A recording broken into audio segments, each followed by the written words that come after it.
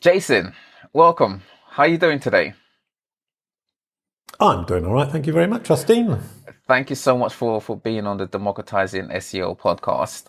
I read your book and I thought you'll be a Ooh, brilliant person to speak with. Your book, The Rise in, well, I'm calling this episode The Rise in brand-led search, and I'll explain why as we delve into it.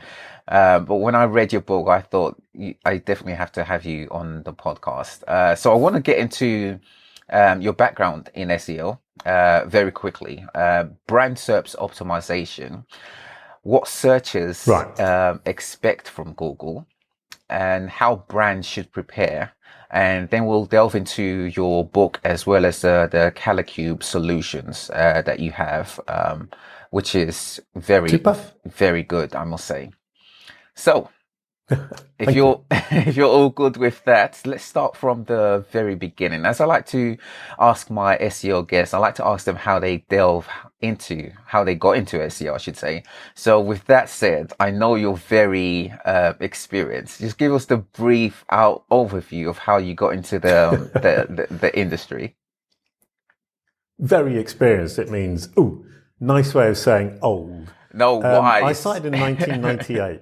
Not old, Wise, thank wise.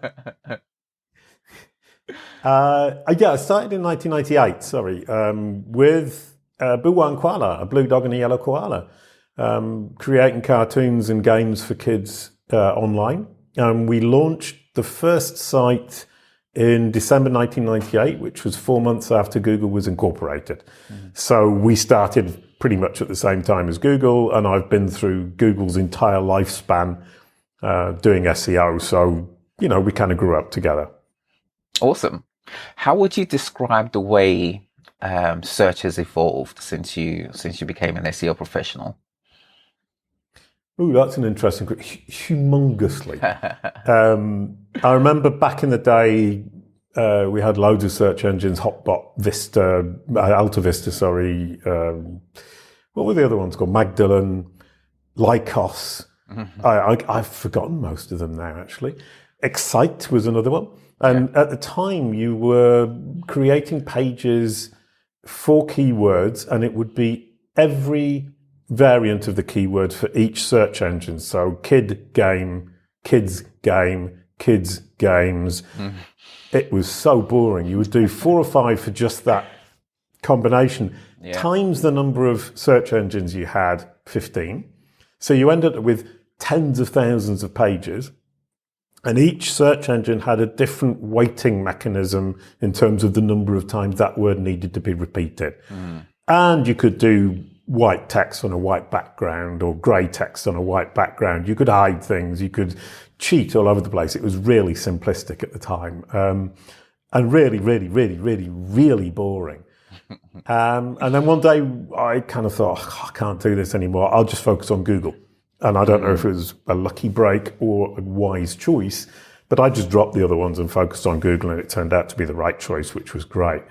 And as Google grew, so did the website. We went from nothing to 5 million visits a month, 100 million page views from kids under the age of 10, and 1 million of those visits came from Google. So we mastered Google pretty much by 2008. Now, you're known as the brand SERP guy.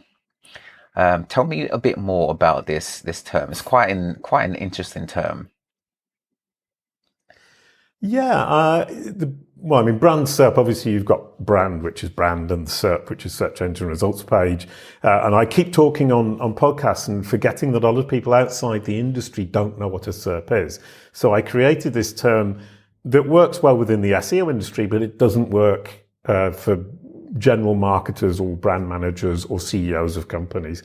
So I'm having to adapt that kind of approach a little bit. But today I can still use brand SERP. And I really focus on the exact brand name. So it's the search result on Google or Bing for the exact brand name rather than branded terms more generally. Because if I go into branded terms generally, the space becomes huge. And you might think, well, that's only one search term per company, therefore not very interesting, not very important, and not very deep. And I've been doing this for 10 years, and I still learn something new every day.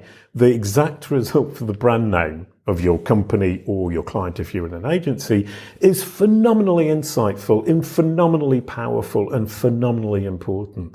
And my opinion is, if you're not looking after your brand SERP, you're missing a huge, huge trick, and you're about to get left behind. Why is that?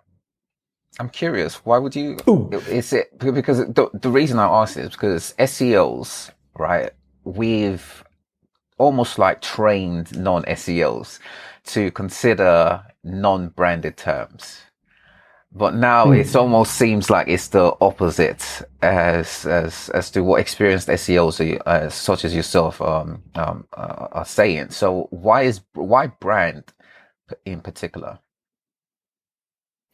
Well, I mean, we could actually just say entity SERP rather than brand SERP. So if you're into entity SEO, which you should be, the brand SERP is the entity SERP. The brand SERP demonstrates Google's understanding or not of your entity. If you've got a knowledge panel on the right-hand side, there's an explicit understanding, which gives you a huge leg up in terms of entity SEO and performance today. If it doesn't have a knowledge panel, if it's got a good brand SERP or entity SERP, if that looks right, if it represents the brand or the entity correctly, then you're already on the way to getting a knowledge panel and being explicitly recognized. Now, entity SEO kind of think, ooh, that might be a bit complicated, but from a really simplistic perspective, from my point of view, if Google understands who you are, the entity, the brand, and it understands explicitly, it can apply fully all and every signal that you've created for expertise, experience, authority, and trustworthiness. Mm-hmm. And if it hasn't explicitly understood you, it's guessing at who you are and will therefore dampen those signals because it isn't sure. So being an entity in Google's knowledge graph is the number one top priority, in my opinion, for any brand today. And if you're not working on that, I would suggest that you do, if only to maximize the EEAT signals that you're generating with links, with articles on other websites, with reviews, and all the other trust signals that you might be working on. So would you say then that searchers are searching more for branded terms these days, and that's likely to increase? Right. Yeah, well, the initial point is saying Google needs to understand the brand in order to be able to apply the EEAT signals. And then, as you say, branded search is becoming much, much, much more important as people move towards a branded approach. And a lot of that is to do with that Google is moving towards a branded approach. Mm-hmm. Google's pushing the brands it knows and it trusts through EEAT. And they're saying, we want to trust the brand to whom we're sending our users. And always remember that these are Google's users. And you're asking Google to recommend you. And if Google is to recommend you, it has to trust you. Mm-hmm. And if it's to trust you, it has to understand you. And one thing that John Mueller talks about is pull queries. And pull queries is basically branded search. And he's saying that's a huge focus for every SEO in the coming years, or it should be at least. And from an SEO perspective, he's basically saying that everything is moving towards brand. And if you look at the Quality Rater guidelines, I was looking at the updates they did in December. They've removed references to, is the website trustworthy? Completely. Right. And it now says, is the author authoritative and expert? Is the brand or the publisher behind the website authoritative and trustworthy? Right. So the quality raters are now looking at author and publisher and not looking at the website as an objective itself. A website is simply the representation of the publisher on which the author is publishing. Now, one of the things that drew me to your book, The Fundamentals of Brand SERPs for Business, is the theory I've had around brand SERPs or brand search, I should say, for the last several years by now. And it comes from social media. So I look at social media and look at the way people search on social media. And I see that the person they search for, the entity, if you like, i.e. the brand, is very much prominent in the way they search. And I had a theory. I had nothing to back this up, right? I had a theory that that's going to translate into the way people search on Google. And when I saw your book, I thought to myself, this might be, if you like, the insight or data to back up what I was thinking. And you absolutely do back up what I was thinking, and more, in fact. Because the whole idea of brand SERPs optimization is not something I had considered before. I was thinking more in terms of the way people search. But I think SEOs, both client side and agency side, really need to start looking at, okay, how is the brand performing? Because I do believe that is going to increase in, if we were looking at it in terms of search volume or search demand, I do believe that's going to increase in the very near future. And in addition to that, we have AI generated content, which is now influencing both marketers and non-marketers, i.e. searchers. And this whole mix-up is just, I think, is going to fundamentally change the way search is. What's your thoughts on both search, brand, and the way people search? Yeah, I mean, it's a great point about social media. Social media is all about knowing people or knowing brands, and therefore very much brand-centric, personal or company brand. And that's definitely feeding into our way of thinking about the rest of the world. So the more social media takes a grip on us as human beings, the more we tend towards brand. I agree with that. It's a great point. The idea on marketing in general is you're looking at, let's say, 720 touch points. The aim of those touch points is to get the brand in somebody's brain. And the ultimate aim, therefore, is to have them search your brand on Google. So your brand SERP is the bottom of the funnel, and it's where you're pushing everybody. So not optimizing it is, in my opinion, very foolish. If you're pushing people to that particular search on your brand name, you have to optimize it. And the other point that you made is, as things develop, ChatGPT feature on Bing has been really good fun. I've been playing around with it this week. I got the access thanks to Fabrice Canal from Bing, who's Mr. Bingbot, who actually builds Bingbot. He's a really great guy and a really, really interesting chap to talk to. And I've been asking it questions about brands. And what's really interesting is the answers it comes back with and how accurate or inaccurate it is. And that is even better than a brand SERP for understanding, has Microsoft Bing understood my entity or not? And if you search for my name, it will come up with a pretty good answer. If you search for your name, it will come up with a less good answer, let's say. And it's not because you're less important, it's because it doesn't understand as well because you haven't educated it. Right.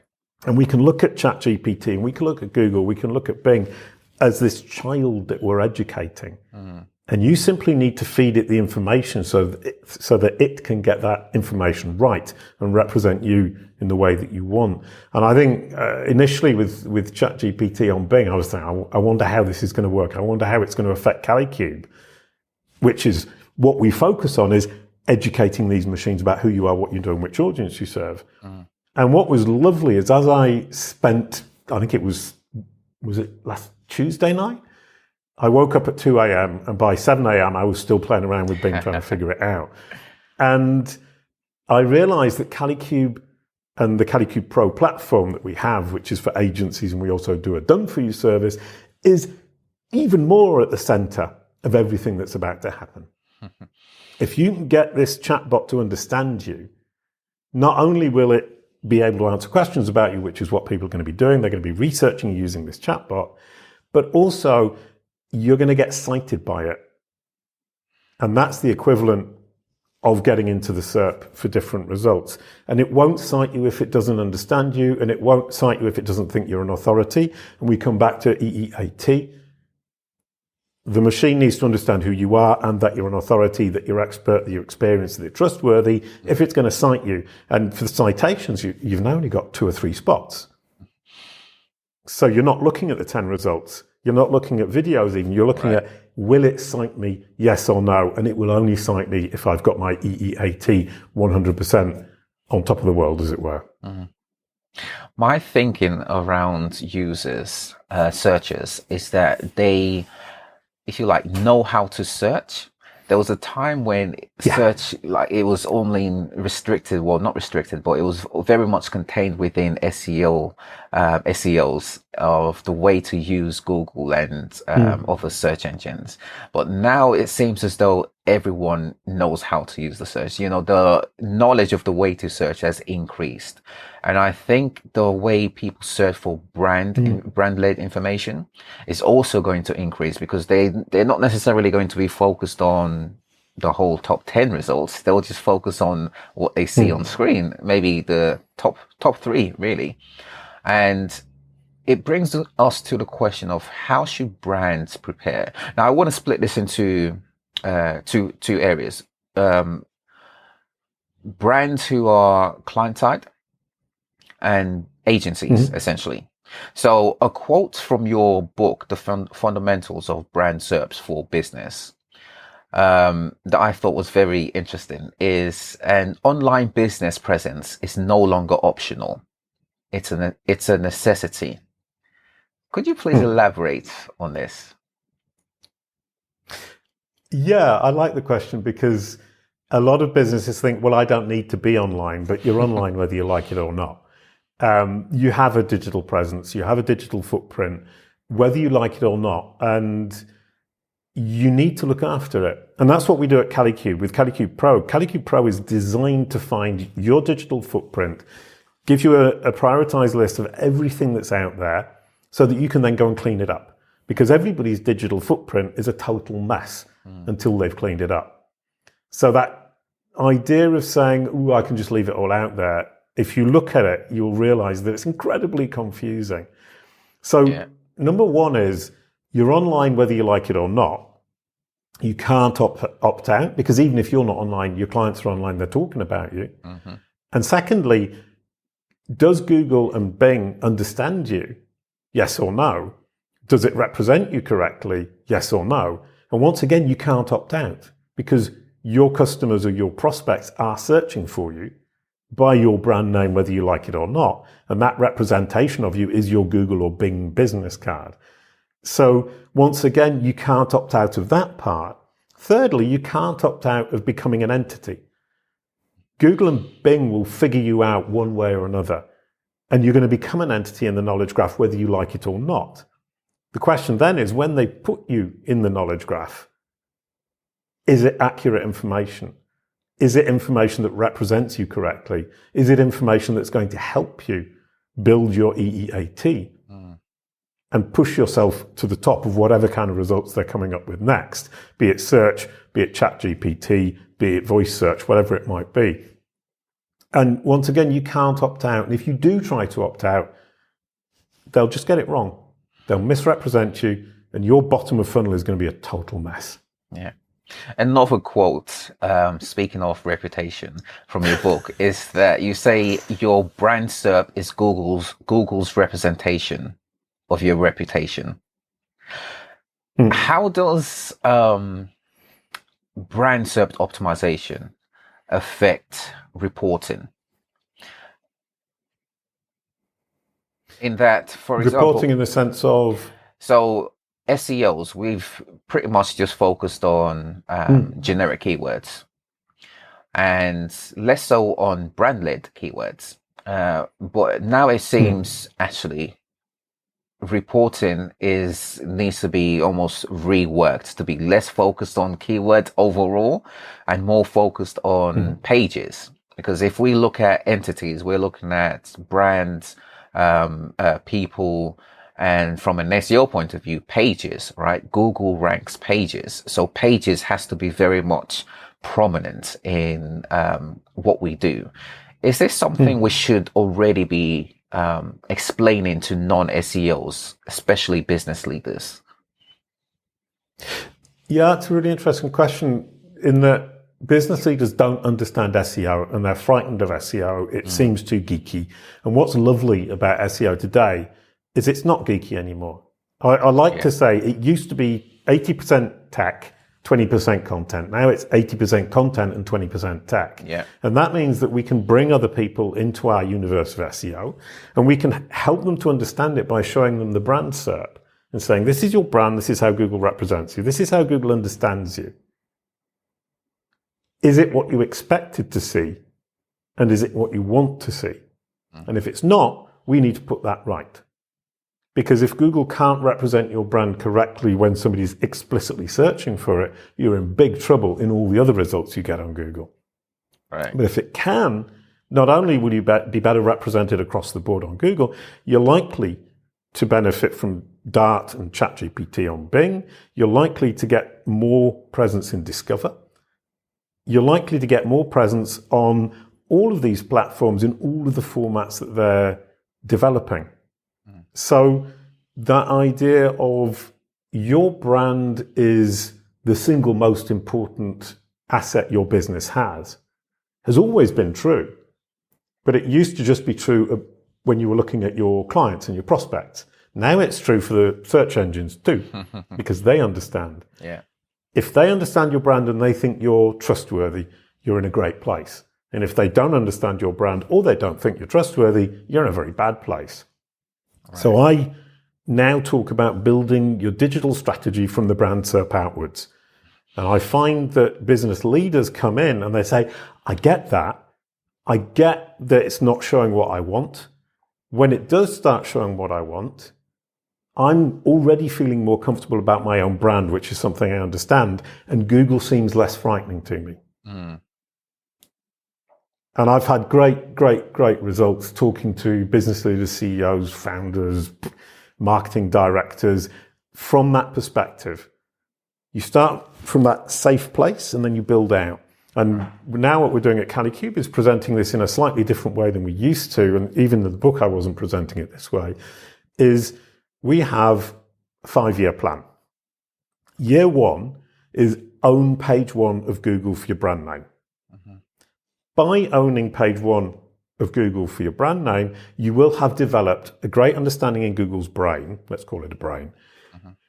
You'll have developed a better digital marketing strategy where you're focusing on the social media platforms, the review platforms, and the distribution platforms that really matter to your audience.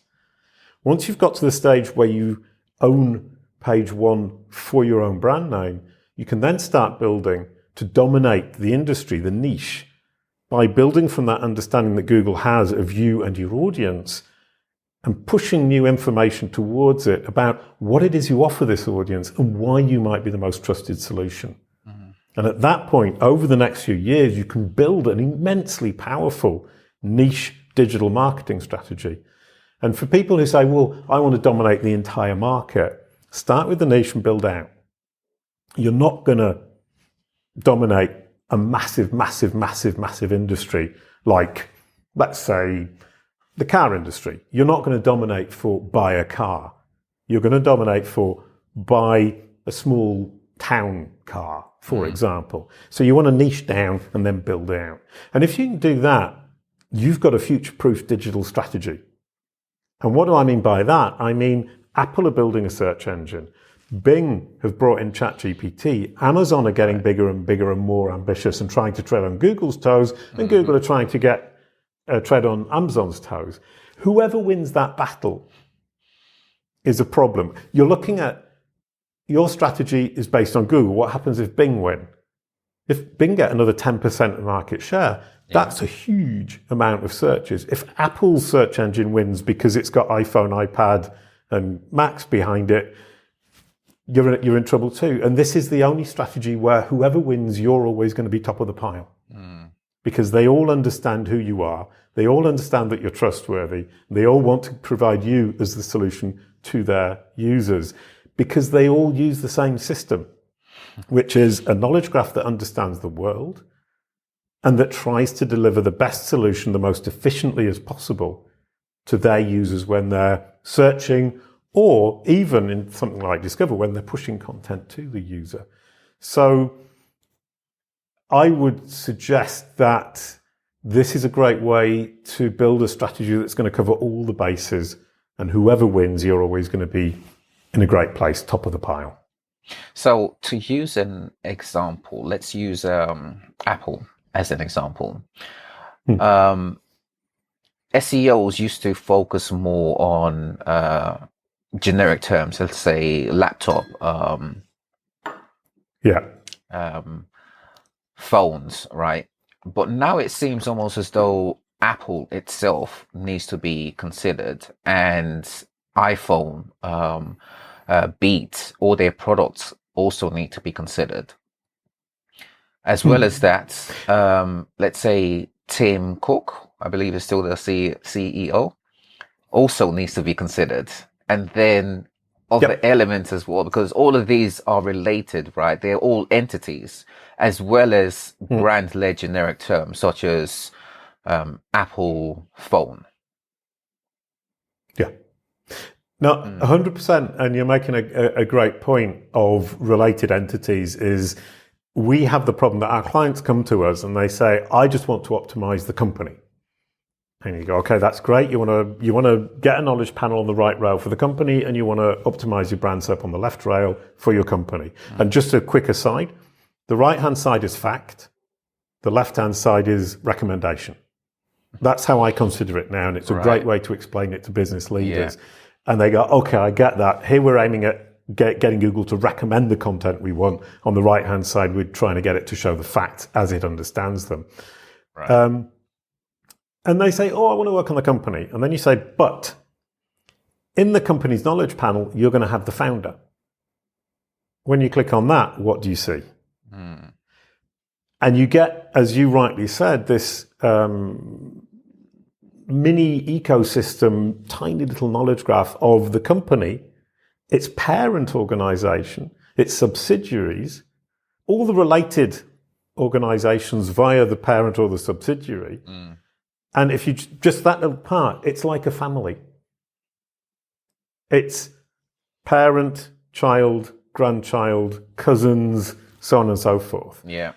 And any company, any large company needs to deal with them all. Then you have who's the founder, who's the CEO of each of these companies. So they've all got their little family tree within themselves. Yeah. Then they have companies with products, and all of the products need to be optimized because somebody might search for iPhone, at which point Apple need to optimize the search result for iPhone. And we had a client a few years ago, Verizon, and they said, oh, we've got one entity and it's Verizon. You go, oh, no, you don't. You've got at least 50 and we've hardly even started yet. Yeah. Because that's just the companies and the subsidiaries.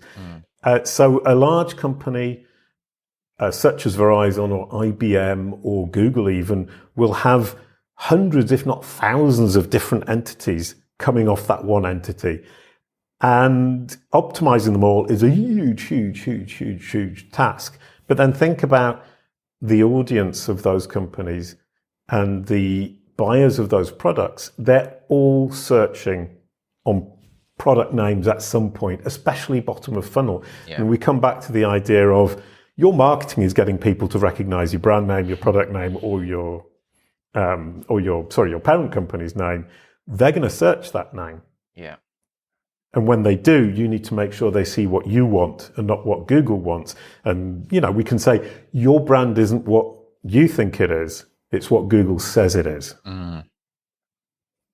Interesting. So this idea that it's something that can be carried out within, let's say, 1 or 2 months, maybe 3 months, brand SERP optimization. It's not necessarily in fact, it's not the case at all, right? It has to be an always on activity. Why is that? Yeah. Right. It's a really great point. I think kind of we're very impatient as SEOs and we've got used to Google being pretty quick. If we go back to my history of growing up with Google, as it were, I remember the Google dance. You would update your web page and you had to wait 3 months before you could see if it worked. And if it didn't work, you then had to update it again and wait another 3 months. That was the Google dance. We're in a Google dance situation now with understanding. So each iteration of the knowledge graph and of Google's understanding is in 1 to 3 month chunks. I generally say 3 months. So you can't just change something and expect Google to immediately understand it. It needs to digest and it needs to fully be confident in what it's seeing and understanding. And the other point is I started in brand SERP optimization because when you search for my name 10 years ago, it said Jason Barnard as a cartoon blue dog. Because I voiced a cartoon and Google had understood my role as the voice of that blue dog because of Wikipedia, IMDb, MusicBrainz, and other platforms that it was using to build its knowledge graph. And I thought, right, I need to change that because I need work as a digital marketer. So I set about educating Google and I managed to get it to change that within 3 or 4 months. And I thought, okay, like most SEOs, job done. 10 years later, I'm still digging down and I'm still trying to figure it out and I'm still changing it. And I dominate for my own name. Yeah. And yet there's still a lot left to do. So I would suggest that a good SEO will be able to sort out most brand SERP problems in 3 to 6 months. But to stabilize that brand SERP, to make sure that Google has fully understood and is confident in the understanding and has the right rail with the correct facts and the left rail with the correct recommendations, and it's stable, is going to take you a year. That's owning the brand SERP. It's not just having the correct, or more or less the correct results. It's owning the thing. It needs to be positive, accurate, and convincing. And the way you're going to make it positive, accurate, and convincing to your audience when they Google your name is by owning every single result. Right. And I would add every result on page 2, or at least half of them, because that gives you a buffer that there aren't going to be any weird surprises coming up in the near future. So yeah, I would say the first year is all about building to own, building for understanding, building for credibility, building for that great Google business card. And from there you can build outwards with immense confidence. Once again, whoever wins the big tech game, you're going to be in a great position. And as you say, I mean, it never really stops. I'm still working on Kalicube, and I'm still working on Jason Barnard after 10 years for me and 8 years for Kalicube. I'm still not running out of things to do. And what I love about it is I see the tiny detail that bothers me, and I correct it. And I improve my digital marketing strategy because by correcting it, I'm correcting a misunderstanding or a misrepresentation or a misexpression by me. Sometimes the stuff comes up and I go, that shouldn't be there. And I realize I said it. And that's huge.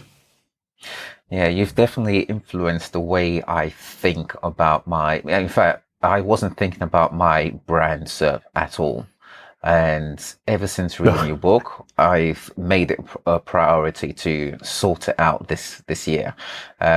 Within the next 3 months, I'm aiming to make big changes to it. I've already seen changes to it already. Actually, I saw I updated my about page, just making slight tweaks to it, and I thought, oh, okay, this is quite interesting. When I Google my name, the about page shows up now, so I was like, okay, it's a little signs that I'm headed in the right steps. Now, I've got your brand set up in front of me. In fact, I generally do that when I'm on a show. And you've got the about democratizing SEO and Austine. Is it Esezobor? Esezobor, yeah. Esezobor. Yeah. Oh, I can sing that. Okay. Hello, and we're good to go. Welcome to the show, Austine Esezobor. Nice. It's easier to sing, generally speaking. One problem you have there is that you've got two entities on one page. And Google struggles to understand two entities on one page. I would separate it into 2 pages, and then you can have the home page that joins them together, or another page that joins them together. But you need a page about democratizing SEO and another page about Austine Esezobor. And that's hugely important because Google's understanding is based on its ability to digest the content. And if you put multiple entities on one page, it needs to separate them out before digesting them, and that's going to lose confidence. It already struggles to identify the centerpiece content. So figuring out which the main content is, Gary Hirsch of Google has already said that's one of the biggest problems we have. And it seems really idiotic, but it's not. It's hugely difficult to do. If they struggle to identify which is the main content, they're going to doubly struggle then to split it into two different entities. Right. So that would be a piece of advice that I would give you. We have Ahrefs as an agency using the Kalicube Pro platform, and they had a problem with the wrong photo appearing for their CEO. And it turned out that all of the people from the Ahrefs were on one page, and all of the photos had the CEO's name with _2, _3, _4. Yeah. And so Google didn't know which one was which. And the solution is incredibly simple. You just rename the photos and put some metadata in them, and problem gone. But you wouldn't have thought that that would be a problem, because as a human being, we see the images and we can immediately identify, we can see the structure of the page. And Google, blind. It doesn't see that. It doesn't. It's trying to read the file names. It's trying to figure out where everything's placed on the page. Obviously, it can do that. But can it do it reliably when you've got multiple entities on one page? The answer is absolutely not. Right. Got you. Thank you for that. I'll be updating the page ASAP, as in right after this. The other thing that you'll be seeing as you do this is you realize, number one, that you and your podcast are different things, and that you really need to distinguish between the two. And I'm not saying you think you and your podcast are exactly the same thing, but as human beings, we make those kind of imaginative leaps where, for me, Kalicube and me are more or less the same thing, but they're two distinct entities with two distinct identities. And I need to make sure that the entity identity, which is a phrase invented by Kalicube Pro, the entity identity for each is incredibly clear. And the problem is, it probably isn't as clear as I think it is in my own mind. And as soon as I realize that, I realize I need to change the way I communicate on both those two entities for it to be clear, not only to Google, but to my audience. How confusing is it where I talk about myself and Kalicube as the same thing? We need to learn to identify entities in our own brains to express it correctly, not only for our users and our audience, but also for Google. Yeah, completely agree. And I'm already mind blown. Let's get onto your book and the Kalicube solution. Now, your book, The Fundamentals of Brand SERPs for Business. I am curious, what's the story behind how this book came about? Oh, I don't think anyone's asked me that before. I initially started writing the book because somebody published a book called The Brand SERP Guy, and it's absolute rubbish. It's junk. It's what I call knowledge panel spam. Somebody created a book because they wanted a knowledge panel for themselves. And I thought, what can I do here? And the answer was, I can publish a book and dominate to the point at which Google will remove that book from the Brand SERP Guy's Brand SERP. And I could have done it very differently, but I thought, can I get the book to replace the other book? And can I get the book to support me in my own Brand SERP efforts? And the answer is yes and yes. Third thing I wanted to do was dominate the Brand SERP space. Now, I invented the term, or coined the term, Brand SERP. I want to be sure that in 10 years' time, when somebody says Brand SERP and they search for it, I'm still there. So the Brand SERP, the Fundamentals of Brand SERPs for Business is actually the definitive book on the topic. And Google has seen it and has digested it and has understood that I wrote it. Therefore, theoretically, I should still be there in 10 years' time with the book, but also with my content, and also with my own name. So the book is actually more of an experiment than anything else. An experiment in educating Google and cementing my place as the authority and the expert on brand SERPs for the next, let's say 20 years, not just 10. Now, you also have courses, right, that teach marketers how to achieve brand SERPs and also manage it. Tell me more about your courses. Right. Yeah. The book is the manifesto. And I would actually willingly give it away because I want people to read it, because I want people to understand what it is I'm talking about. If you've read the book, it takes a weekend to read the book. It's not hugely long and it's not complicated. Anybody can get their head around it. Marie Haynes, who everybody in the SEO industry knows, said she read it over a weekend. She learned things that she wished she'd known 10 years ago, and she's a super expert SEO.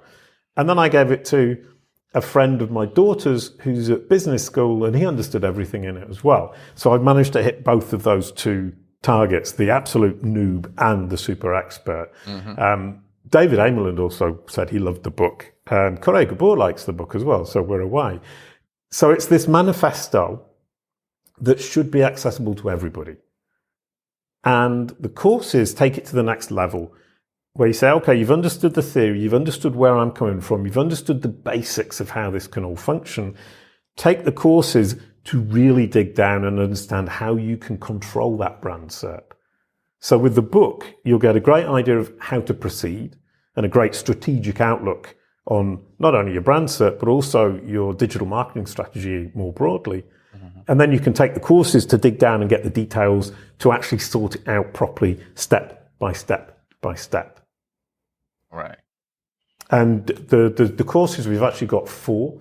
There's the foundation course, which is the book, but with more detail. The rich elements, SERP features. What's lovely about that is it will help you get images and videos on your brand SERP, but it will also help you with your videos and images across all of Google SERPs. Then we have negative results if you've got an online reputation management problem. You've got a reputation problem, we can get rid of the bad content on the first page. Online reputation management traditionally is all about creating new content to drown the old. Yeah. And that's a really bad strategy. It's a terrible strategy. I don't know why anybody ever thought that was going to be a good one. Well, it probably was 15 years ago, let's say. I reckon it was and in led fact, by... the technique is... I reckon that was led by SEOs. Probably. The better strategy is leapfrogging. It's looking down on page 2, looking for the content that is relevant, is helpful, and is valuable to your audience. And doing SEO on it. If it's your own content, that's great. It's easy. If it's not your own content, it doesn't stop you doing SEO on it. You can push it up from the outside. So you can work on other people's content to push it up to get on your brand SERP. Or review platforms. They're great. They're also very bad if they've got bad reviews. But it's a two-edged sword, a double-edged sword. So sorting out those ORM problems, we've had clients with Kalicube recently, and they came to us desperate because it wasn't working. They were paying $5,000 a month for an ORM solution that simply wasn't working because they were creating lots of junk content. They came to us, 3 months, problem gone. And that's because we do it intelligently by using the data in the Kalicube Pro platform, but also the information that we're providing in the courses, very simple strategies that allow you to leapfrog this bad content with the great content that's hidden underneath. All you need to do is convince Google that the content it isn't showing on page 1 is actually more valuable than the content it is showing. And when I say valuable for your audience. Google doesn't care about the content particularly. It doesn't care about you particularly. It cares about what's good, what's interesting, what's helpful, what's valuable for your audience. So that's all you need to do is convince it. And then we've got the Knowledge Panel course, which is my favorite. It's like 5 hours of video of how to build a knowledge panel, how Google's knowledge algorithms work, how you can educate Google, get the knowledge panel on the right-hand side. And as I said, fact. And as human beings, we look at the brand SERP, we look at a result on Google for a brand name. If we see a knowledge panel on the right, we think, Google thinks they're authoritative. Google thinks they're expert. Google trusts them. I will too. We use Google because we trust Google. If Google trusts a brand, we will tend to trust that brand more. Knowledge panels, #1 top favorite thing at the moment. It is indeed. Now, it's your courses, they're not just for SEOs, right? Therefore, you have non-SEOs who could get great insights from it. Yeah, if you have a good idea about marketing, you can get in these courses and do them and get a great deal out of them. We explain things to non-SEOs we explain SEO concepts, ideas, and techniques to non-SEOs. But I think a lot of SEOs will still find techniques that they didn't know, like leapfrogging, for example, is a technique that most SEOs probably don't know. Yeah. It's full of them. Dave Davis, who's a great SEO, absolutely lovely guy as well, took the course and said, I'm learning so much. And I thought I knew an awful lot already. He's a huge entity SEO guy. He's very, very, very, very, very smart. So that was huge for me. And if you're an agency using the Kalicube Pro platform, you get access to all the courses for all your team members. So we use the courses as a way to educate. So the book is a manifesto. The courses are a way to implement the manifesto. And if you're an agency, the courses then become a secondary manifesto. So the courses are the secondary manifesto for the agencies to really help them push forwards. Because with Kalicube Pro, we really want agencies on board. We want them to integrate the Kalicube process into their process of brand SERPs and knowledge panels for their clients. So we give them all of the courses plus support, plus a dedicated course for the agencies themselves of how to use Kalicube Pro, plus time with me. Because if I can help them help their clients, we're all on a much better place and we're all going to be moving forwards together, helping brands improve, I don't know if you'd call it the Google business card, the entity identity understanding by Google, but also your chances of appearing in ChatGPT on Bing, your chance of appearing on Discover. You're opening so many doors. It's astonishing. So speaking of agencies then, what should agencies be doing to like lead a brand on just to begin thinking in this brand-led search approach? Yeah, it's taken me 10 years to figure this out. And like a lot of things, the simplicity of the Kalicube process took me 10 years to figure out. And how to present this to brand owners, business leaders has taken me 10 years to figure out. But what it comes down to is if I say to them, you want a Google business card, that's great. They say, well, that's not my priority today. So they push it to one side, they never do it. But if I say to them, I've got a 5-year strategy, which I mentioned earlier on, where you can dominate your market on any platform, then you've got their attention. And then you say, well, the process starts with owning the brand SERP. If you don't own the brand SERP, you can't build the rest. So we need to spend a year getting you the knowledge panel on the right-hand side, Google's facts, getting Google's recommendations to be exactly what you think they should be, that they represent your brand, because that then means Google has understood who you are, what you do, and which audience you serve.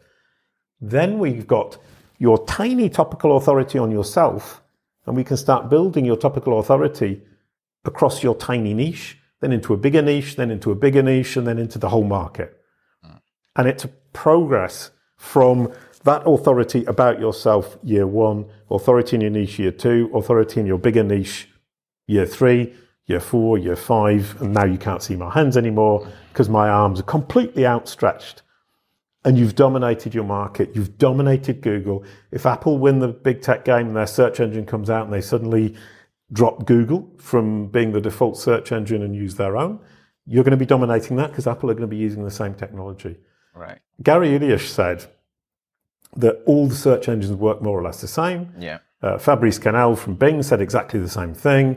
Nathan Chalmers from Bing, who I interviewed about the whole page algorithm. If you don't know what that is, read an article, The Whole Page Algorithm by Jason Barnard, and you'll learn all about it. It's phenomenally interesting from Nathan Chalmers at Bing.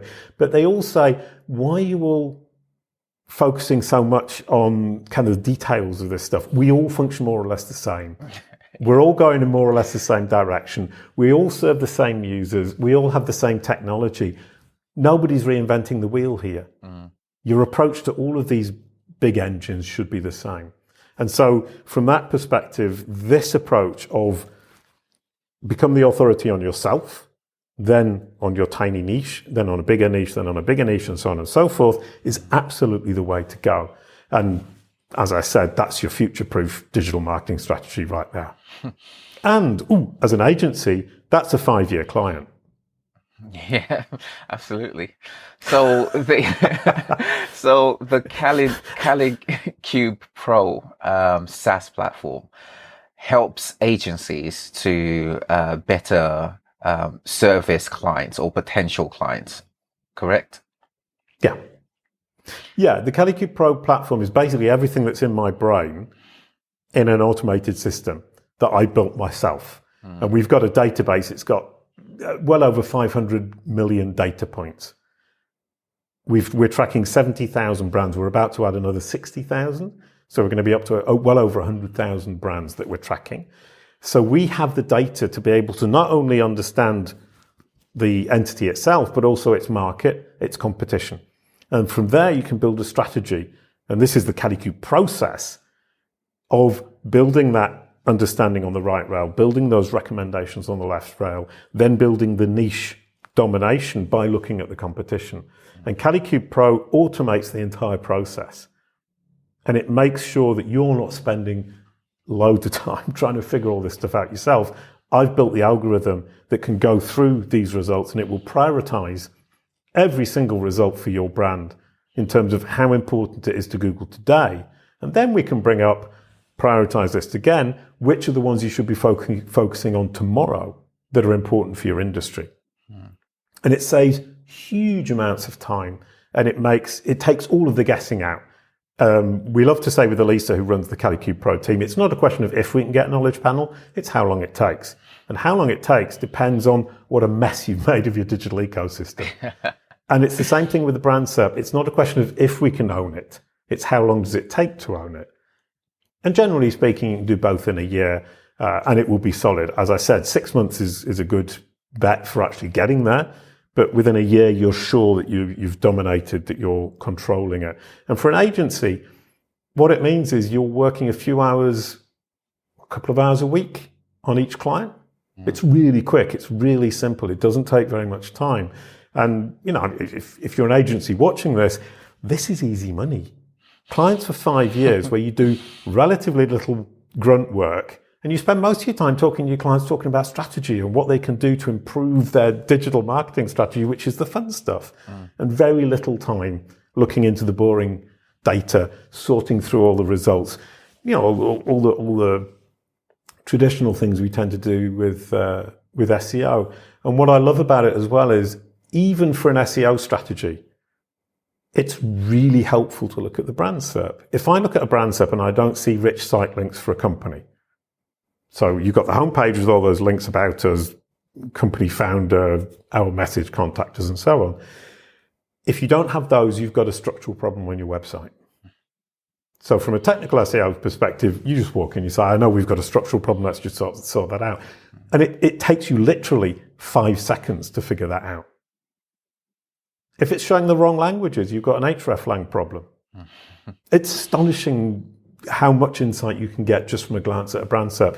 I actually shot myself in the foot a few months ago with a client who came to me and said, I want you to build my digital marketing strategy. And I looked at their brand SERP, and in half an hour, I told them their digital marketing strategy just by looking at the brand SERP. So I've learnt my lesson there.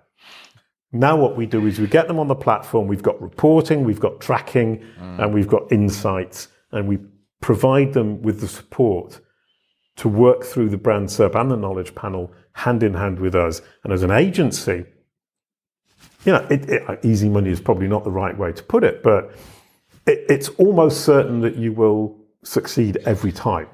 Yeah, I agree. That's hugely impressive for the client.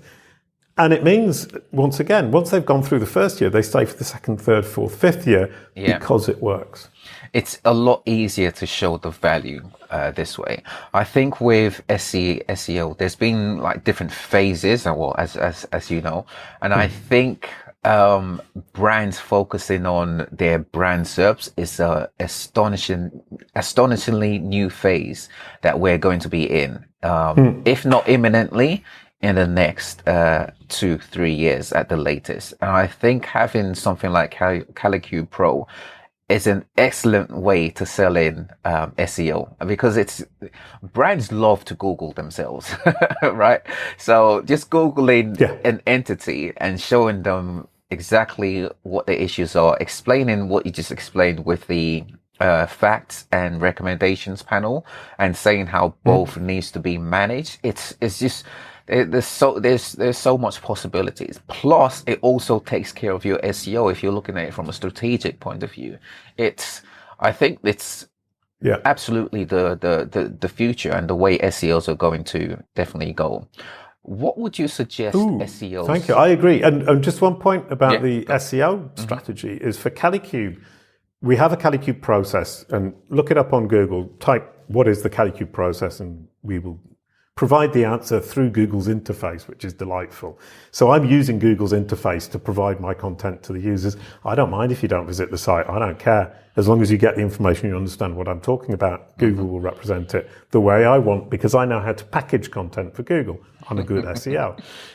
But the thing about the Kalicube process is from the... I've forgotten what I was going to say now.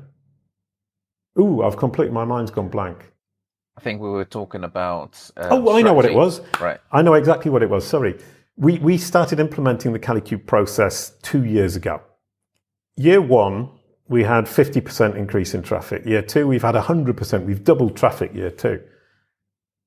And all we did was start with the brand SERP, start with owning it, start with our niche, and build out little by little. And we can see there's a blossoming of SEO traffic, not just on our brand, but from every aspect of what it is we're specialized in, which is brand SERPs, knowledge panels, brand on Google, online reputation management. It's huge and it's really easy.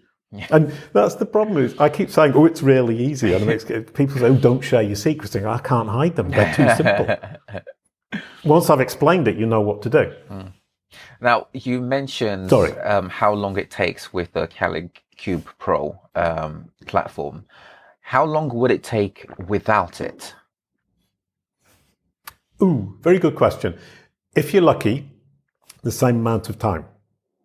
If you're unlucky or you make a mistake, it will set you back literally not to step 1, but before step 1.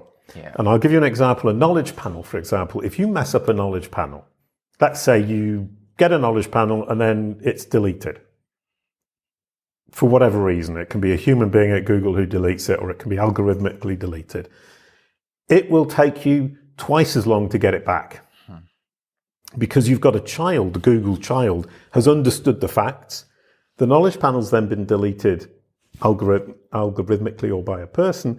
Google then thinks, I must have got that wrong. So you then have to reteach it what it thought it knew and was then explicitly told is wrong. And if you think about the child analogy, trying to teach a child something that somebody said was right, then the teacher said it was wrong, and then you're saying it's right, the child's just gone, I've got no confidence, and I really, really will need convincing to believe this. And it's the same with the brand SERP. If you get it wrong and Google starts recommending the wrong content, it will hook onto that wrong content, and it's very difficult then to displace it. So if you're going to start making active efforts, make sure they're the right ones, because if your active efforts push Google in the wrong direction, your active efforts are going to make your life significantly more difficult in the future. So, in short, without Kalicube Pro, if you're lucky, you'll do it in the same amount of time. With Kalicube Pro, you're certain that you're pushing it in the right direction, and you won't have to come back on your tracks, and you're not going to waste an additional 2 years fixing the problems you created yourself. Jason Barnard, the brand SERPs guy. It's been amazing speaking with you. I'm sure we can go on for a lot longer, but I'm conscious of your time. Where can people find you online? Yeah, I'd come along to kalicube.com if you're interested in working with us, either us as an agency, or if you want to come on as an agency to Kalicube Pro, go along to kalicube.pro. If you're interested in my life as a cartoon blue dog, go to jasonbarnard.com. I'm very little on social media these days, but Generally speaking, personal life, jasonbarnard.com. Learning all about brand SERPs and knowledge panels for free, kalicube.com.